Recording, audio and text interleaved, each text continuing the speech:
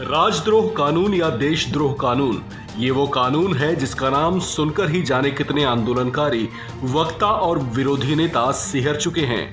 ये वो कानून है जो हमेशा से चर्चाओं में रहा है। कई बार इस कानून में संशोधन की मांग उठ चुकी है।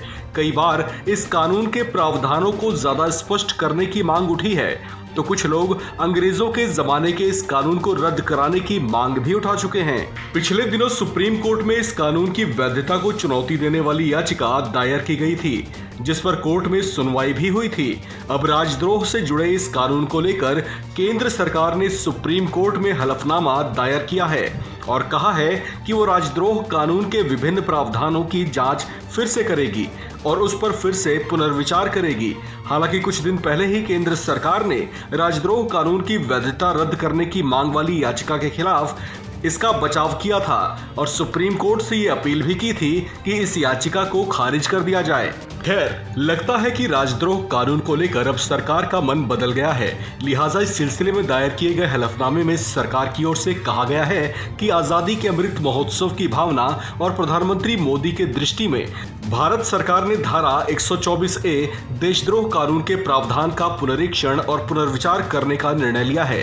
राजद्रोह की वैधता संबंधी याचिका एडिटर्स गिल्ड और अन्य की ओर से दायर की गई है, जिस पर कोई फैसला करने से पहले सरकार ने सुप्रीम कोर्ट से समीक्षा की प्रतीक्षा करने का आग्रह किया है।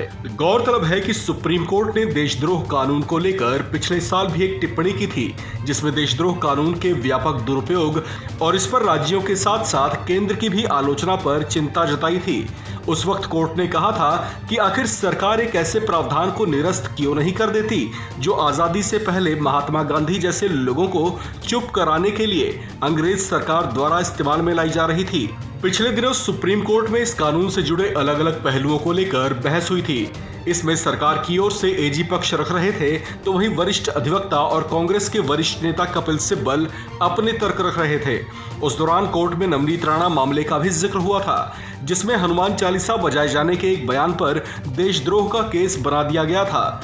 देशद्रोह के मामले पर कपिल सिब्बल की ओर से भी एक तर्क रखा गया था, जिसमें उन्होंने कहा था कि आए दिन पत्रकारों और अन्य लोगों पर देशद्रोह का मामला दर्ज कर उन्हें गिरफ्तार कर लिया जाता है।